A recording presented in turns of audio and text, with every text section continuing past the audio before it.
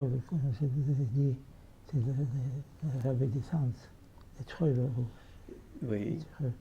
étaient dans le même wagon que nous. Quand, quand, quand les avions sont passés allemands pour bombarder, donc quand lui est descendu du train, comme ça tout le monde est descendu. Quand lui n'est pas descendu, tout le monde est resté. C'est-à-dire que lui était en fait le porte-drapeau, du groupe. C'était pas le porte-drapeau, mais On respectait. les guides spirituels, disons. Vous étiez Les guides spirituels. le guide spirituel. Et quel était son nom, le rabbi de Shams? Les fils de rabbi de Shams. Son nom était Halberstam. Albertsen. Halberstam. Albert Stam. Mais lui donnait un ordre ou c'était. Non, C'était compris. C'était compris. C'était compris. Si lui restait, tout le monde restait. Si. Et avant Tarnov, Oui. lui est descendu. Comme ça, tout le monde est descendu. Et une bombe est entrée dans le train. Et une bombe est tombée sur le train. On dit des miracles. Ben, évidemment. Et vous étiez où lorsque vous êtes descendu du train sur les. Sur la route, pour aller vers l'est. Mais le train s'est arrêté de lui-même ou alors c'est. Lui-même, parce qu'il y avait des avions qui tournaient. tournaient. Donc après que la bombe est tombée sur le train, donc il a endommagé le train. Oui. Donc comment. Nous étions déjà partis. On est parti à pied. Vers l'est, vers Tarnov.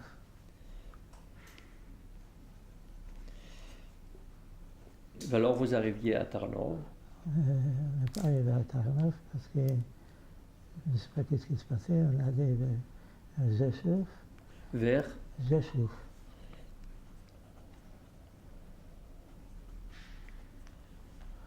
Et là-bas, on était chez des cousines éloignées.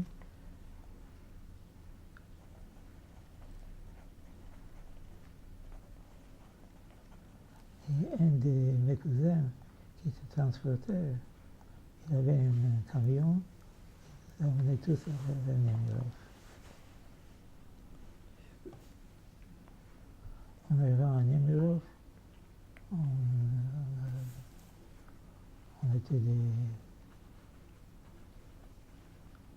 était des personnes déplacées.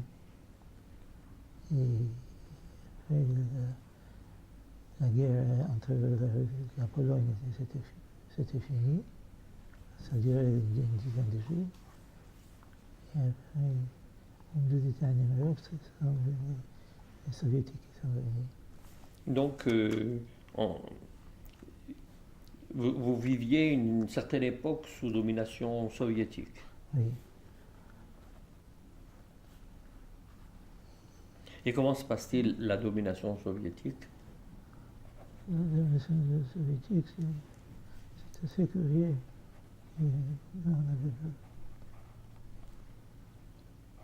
C'est-à-dire?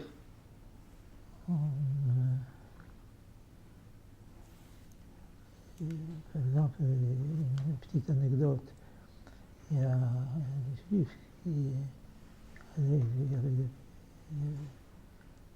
avait beaucoup de pauvres là-bas. C'était la région presque la plus pauvre de la Pologne.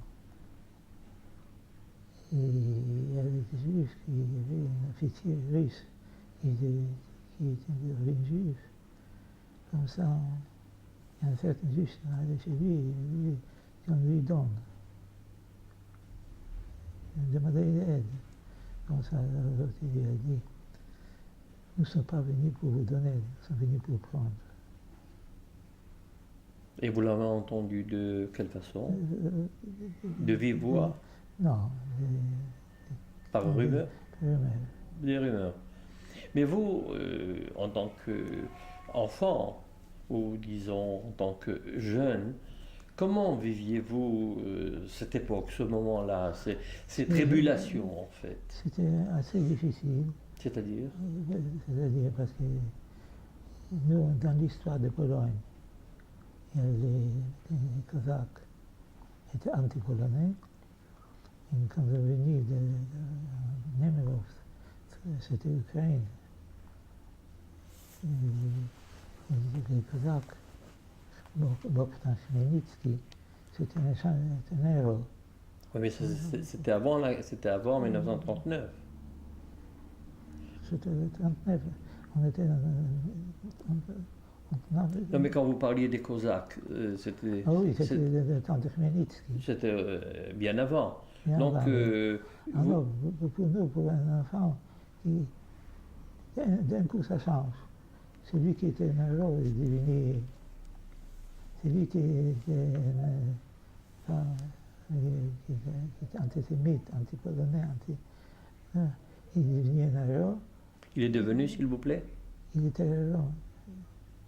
Il est devenu un héros. Un héros. Oui, parce que pour l'Ukraine, c'était un type qui combattit pour l'Ukraine. Il était anti-Pologne.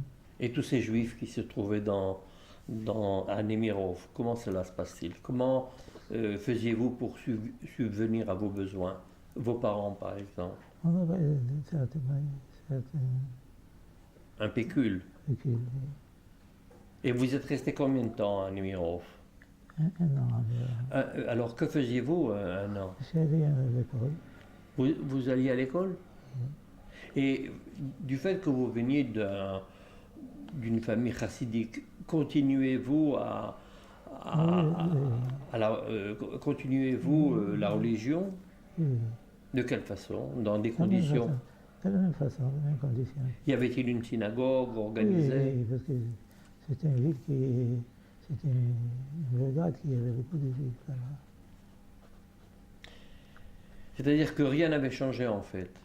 Non. Vous vous liez d'amitié avec d'autres jeunes de votre âge? Pas tellement.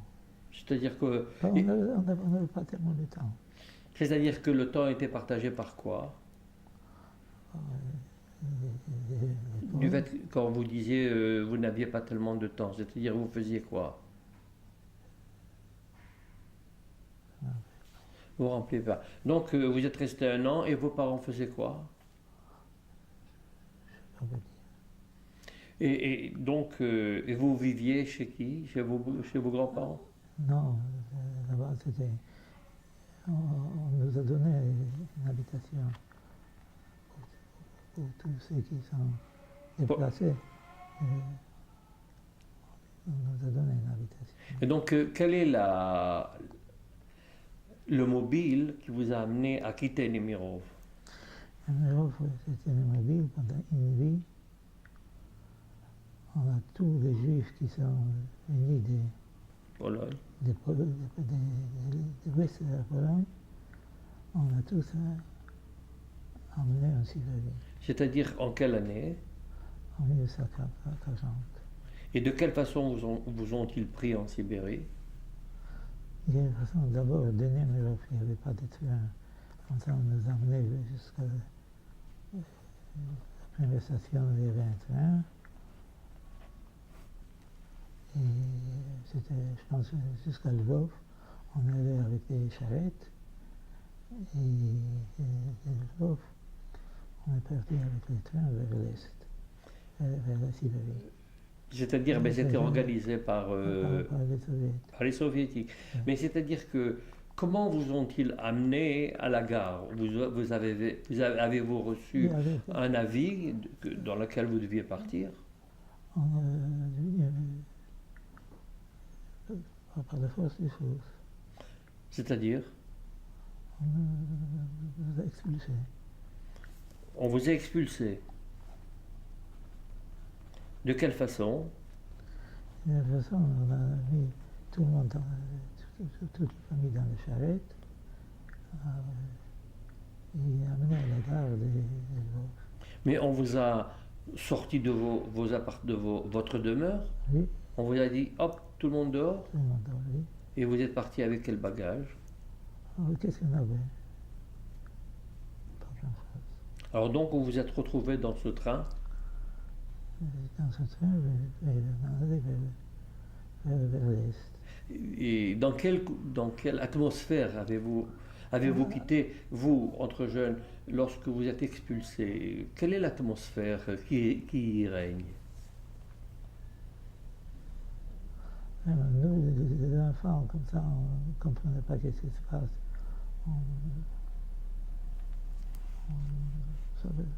On ne savait pas quoi penser. Pour ma mère, c'était un choc parce que ma sœur était à Zof chez ma tante et elle restait. Et pour quelle raison? Pour quelle raison? Parce qu'elle n'était pas inscrite chez ma tante et chez nous, elle était là. Donc qui part, c'est vous, votre père, votre mère, vous et votre frère. Oui. Et votre sœur, vous en êtes séparés. Oui. Donc vous voyagez dans ce train qui vous emmène vers Novosibirsk.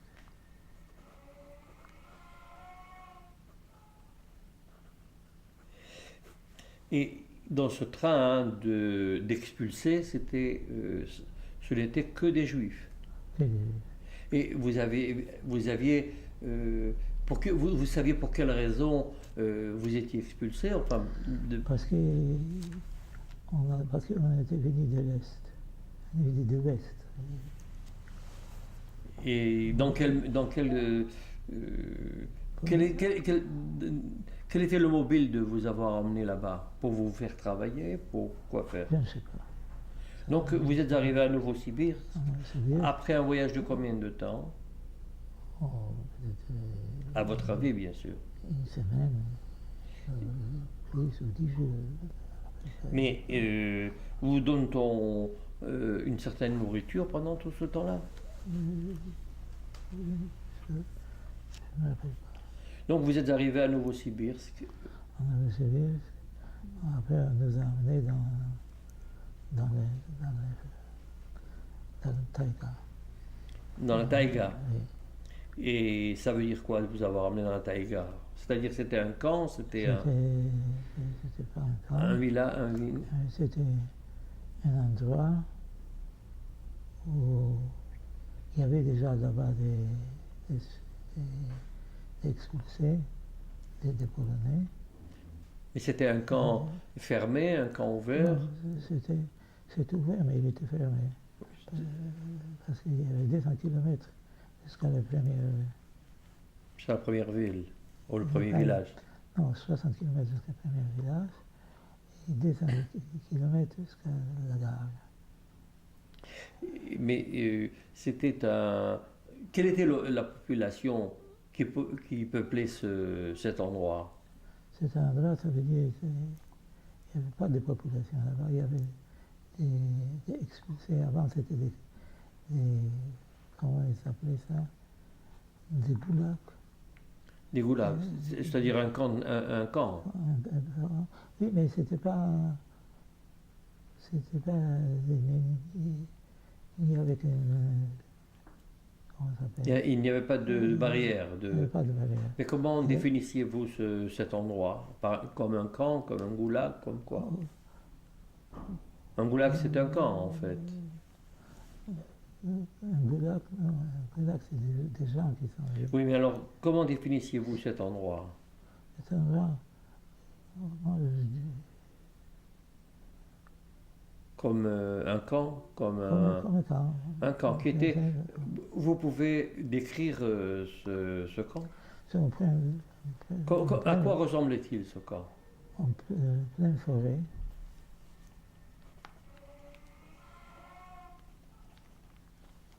Et on a construit des baraques. C'était déjà construit ou vous deviez... On construit tout le temps des baraques comme ça. Des socles de bois, un sur l'autre. Comme une isba, en fait. Non, isba. Donc on vous met dans cette demeure, Oui. toute la famille, les 4 personnes dans une seule pièce? Non, parce qu'il y avait encore une famille. Ah, c'est-à-dire encore, que... encore des familles. Et comment, alors, vous partagiez cette demeure de famille? On partageait cette demeure pendant un certain temps, et chacun son coin. Après, quand je suis allé là-bas aussi à l'école,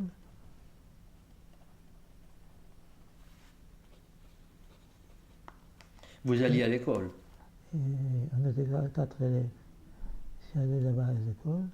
Comme ça, nous, on est restés dans ce camp-là, et les deux autres familles, on a mis ailleurs, dans Et notre camp. donc, vous êtes dans ce camp. Que font vos parents d'abord? D'abord, on travaillait, c'est comme dans les Landes, sortir la résine des arbres. Mais qui travaillait, vos parents? Ma mère et mon père.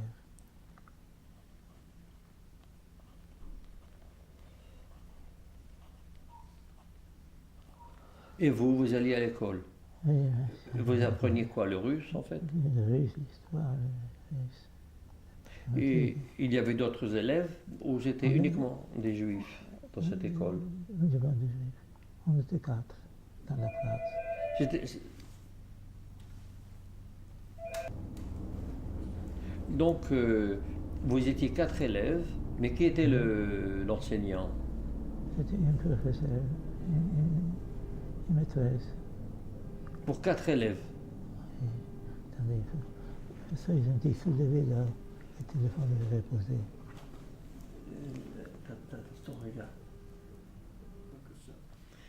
Donc, vous étiez 4 élèves, Quatre élèves. mais il y avait d'autres enfants. Euh,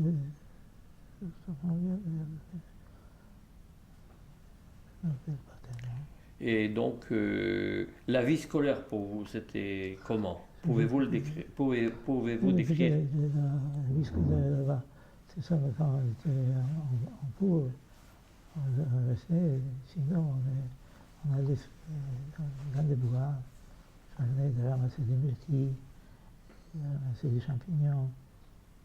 C'était à la belle époque, mais quand il neigeait. Quand il neigeait, Parce c'était que plus grave, vous étiez arrivé en 1940, vous êtes resté jusqu'en Oui. quelle année? jusqu'au 41. En 41. C'est-à-dire vous êtes resté une année? On arrivait là-bas. Et 1941, vous êtes après. Quels sont les mobiles qui vous ont amené à quitter ce camp? Parce que quand la guerre a éclaté entre L'Allemagne. l'Allemagne et la Russie, on nous a libérés. Et alors, que s'est-il passé? On est parti vers Kazakhstan. Mais d'une façon définie, c'est-à-dire vous saviez où aller ou alors. Non, on savait que ma tante est là-bas. Et c'est-à-dire que il y avait un courrier postal, enfin la poste marchait. Le poste marchait. Donc vous êtes parti au Kazakhstan. Kazakhstan, oui. Mais entre-temps, mon père est décédé. Au mois de mars 41, D'une maladie. Simca, scorbut, Ah, manque de vitamines. Manque de vitamine C. Il y avait toute une histoire qu'on pouvait enterrer. vous vous souvenez de cette histoire? Oui. Vous pouvez décrire? Mon père et ma mère, on l'a emmené à l'hôpital. Et moi, avec mon frère, sont restés.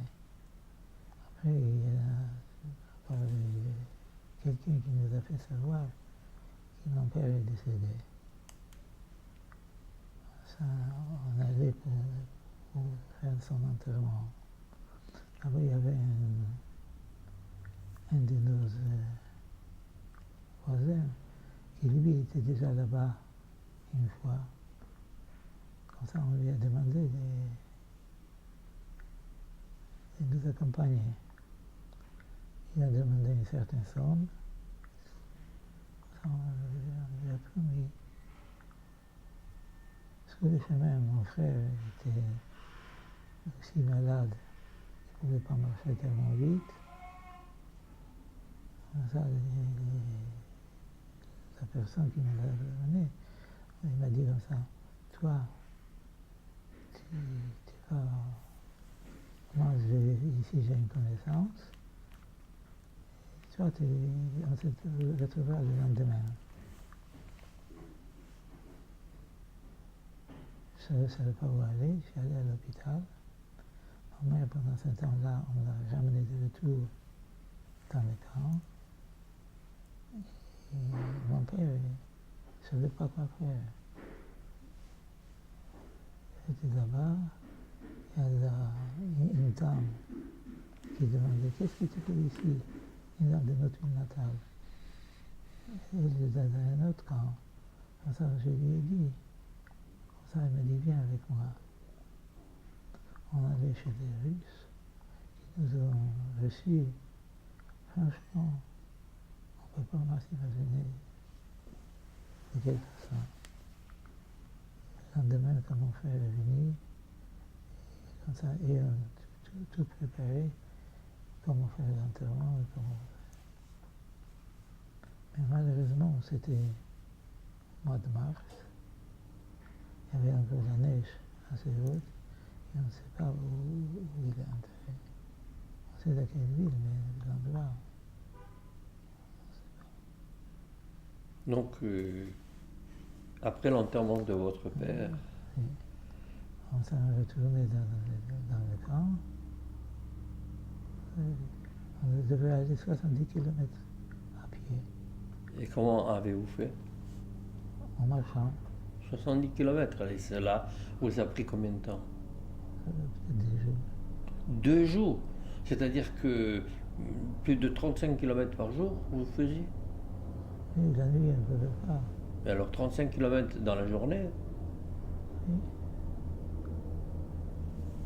Et vous étiez accompagné de votre mère? Non, ma mère était à l'hôpital. Donc vous êtes arrivé où alors au Kazakhstan? Non, c'était encore en Novosibirsk. À Novosibirsk. Mais nous parlions du Kazakhstan. Le Vous... Kazakhstan, après, on allait, après la mort de mon père, Oui. on nous a libérés. Ça, c'était mon père décédé à Kourine. Et on nous a libérés au mois de septembre, je pense. On allait au Kazakhstan. Vous, votre frère et votre mère. Oui, Mais où au Kazakhstan? C'est grand. à côté d'Almata. Alma-Ata? Alma-Ata. Alma-Alta. C'est là où vous étiez. Là, on était jusqu'à notre libéré complètement. C'est-à-dire en 1941 1940, jusqu'en 1944. 46. 46. Et que faisiez-vous alors à Alma-Ata? Moi, je travaillais comme un atelier de chaussures.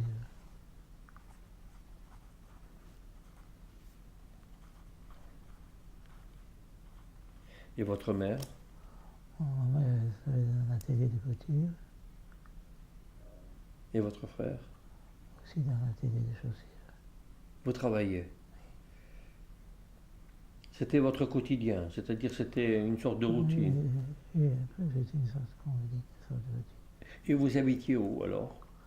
On avait une petite maison avec quelqu'un. Quelles étaient les conditions de vie à Alma-Ata, Alma-Alta? Quelles conditions? De votre demeure par exemple, là où vous habitiez, là où... C'est une petite maison.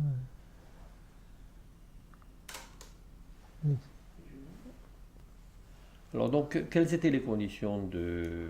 on travaillait, on a reçu des tickets de rationnement? s'il vous plaît. Des tickets de rationnement? Oui.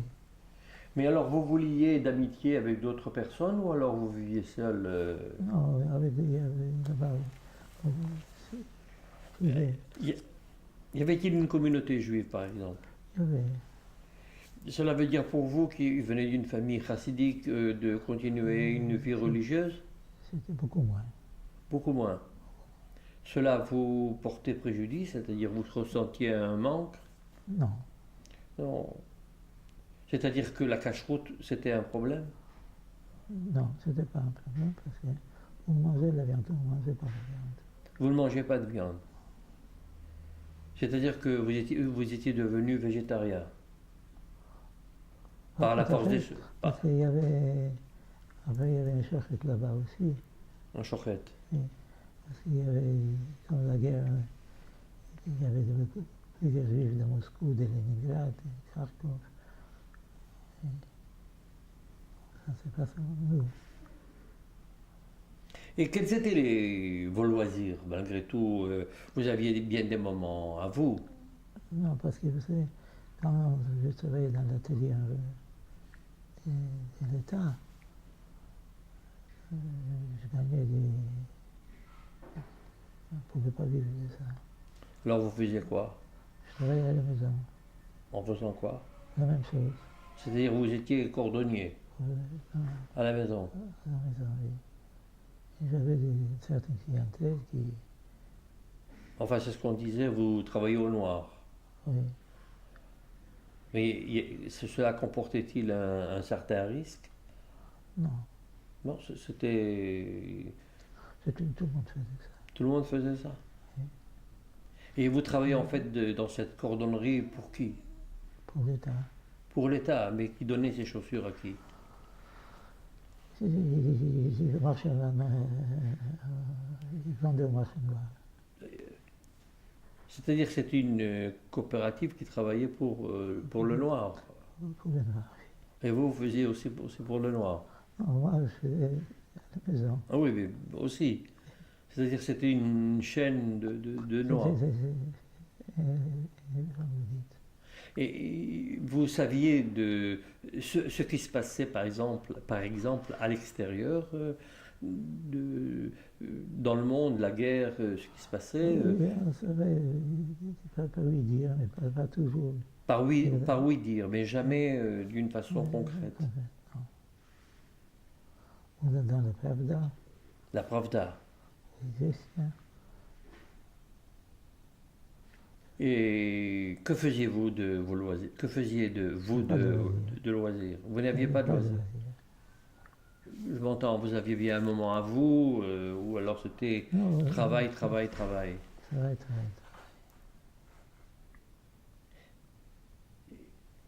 Mais vous voyez quand même à l'horizon une certaine forme d'espoir, peut-être que cela... Oui, après Stalingrad. Après Stalingrad, donc vous étiez au courant de Stalingrad. Oui, rien vers Stalingrad. Oui. De quelle façon avez-vous appris sur Stalingrad? Par les journaux soviétiques. Qui parlait de Stalingrad. Donc pour vous, cela voulait dire qu'il y aurait un tournant favorable Oui, à votre libération? c'était déjà un tournant favorable. Avant, on était dans les Spetsverseling, c'est-à-dire les déplacés. Maintenant, on est des citoyens. Les citoyens. On est tous des citoyens soviétiques. Mais qui était cette population qui vous entourait? Il y avait différentes. Il y avait des Khazars, il y avait des Russes, il y avait des Juifs, différents. Mais tout le monde vivait en bonne entente ou alors il y avait une certaine tension? Non, on vivait dans un temps assez... Une bonne entente? Ou alors chacun dans son coin? On n'avait pas le temps. Mais alors quelle était la langue en fait qui avait cours? Là-bas, le russe, Le russe, que vous aviez appris à l'école? et pas beaucoup, 5 mois. Et il y avait aussi, nous on parlait des Yiddish. Le yiddish entre les juifs polonais. Et les juifs de Russie. Mais y avait-il un semblant de vie juive dans cette communauté. Oui, Il y avait une synagogue, il y avait un endroit, c'est pas une synagogue, mais un endroit où on faisait la prière. il y avait un endroit où vous faisiez une prière. Oui. Le Shabbat, par exemple? Le Shabbat, non, pas tous les Shabbats. Pas tous les Shabbats, mais c'était. Donc, pour Pesach, on faisait des matzot. Vous avez fait des matzot? Oui. De quelle façon? C'est un peu quand on était à Néméra qu'on faisait. S'il vous plaît? Quand on était à Néméra qu'on faisait des matzot aussi. À Nimerov, oui, mais là, que vous étiez à Alma Alta, de quelle façon? De quelle façon on achetait des blés,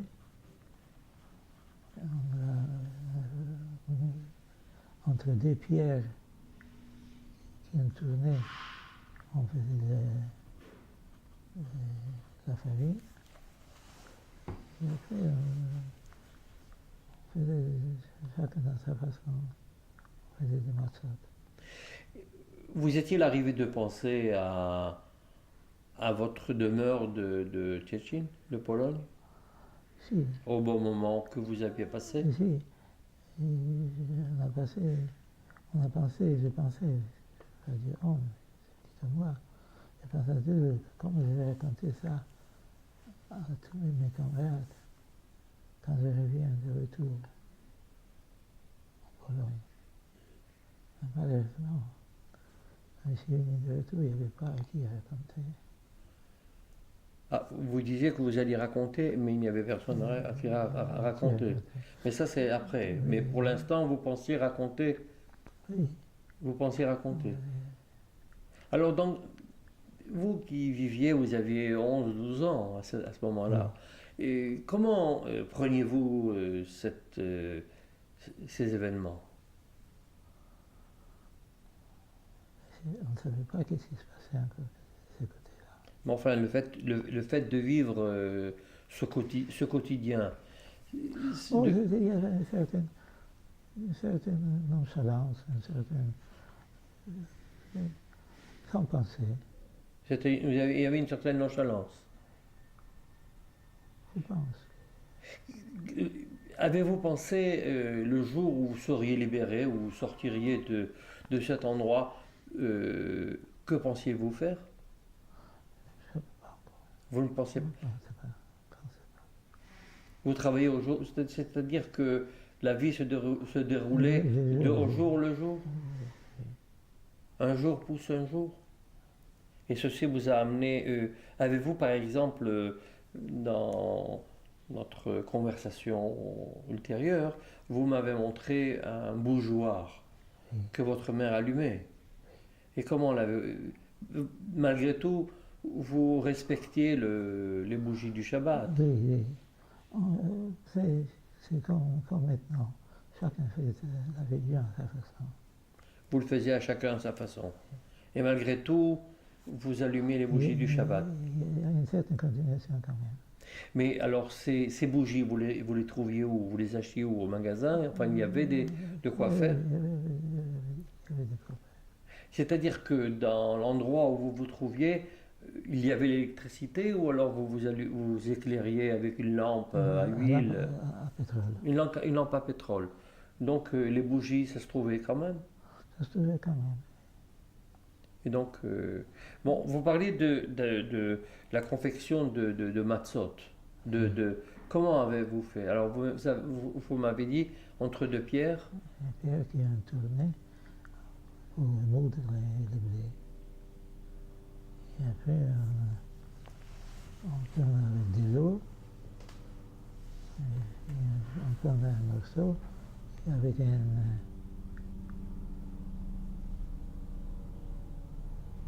je ne me rappelle pas si on prenait un rouleau à pâtisserie ou si seulement avec les mains.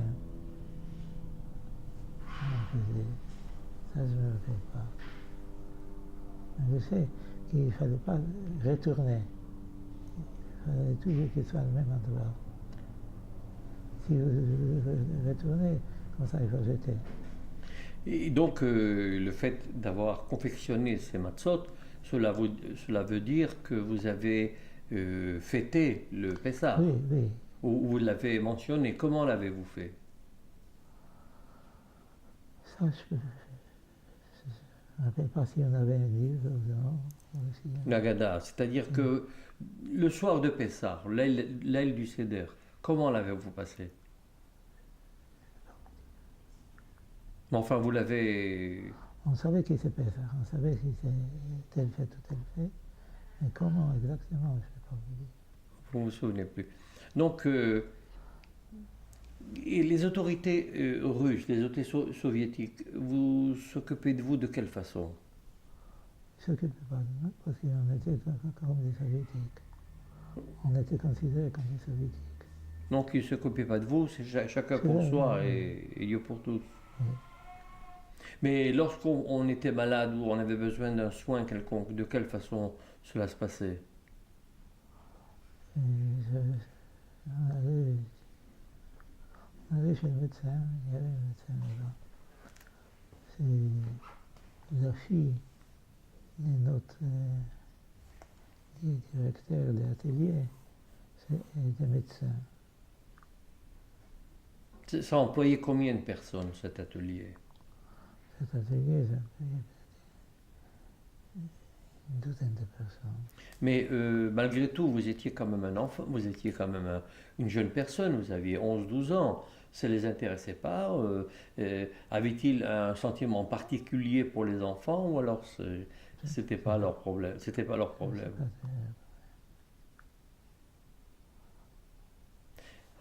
Et cela nous amène, et ceci vous avez vécu de 1941 à 1946 cette même routine quotidienne, sans aucun. Y a-t-il eu un événement particulier dans ces 5 années où c'était un quotidien le même, une même routine? À peu près.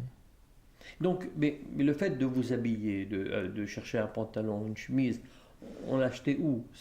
C'était que vous fournissez? C'est-à-dire que vous viviez une certaine coopérative? C'était bien un peu. Oui, ça s'appelle Procomvilla. C'est-à-dire que lorsque vous aviez besoin d'une chemise, on vous la fournissait. Où on achetait des tissus, il y avait toujours des marchés. Ma mère les confectionnait. C'est votre mère. Et donc,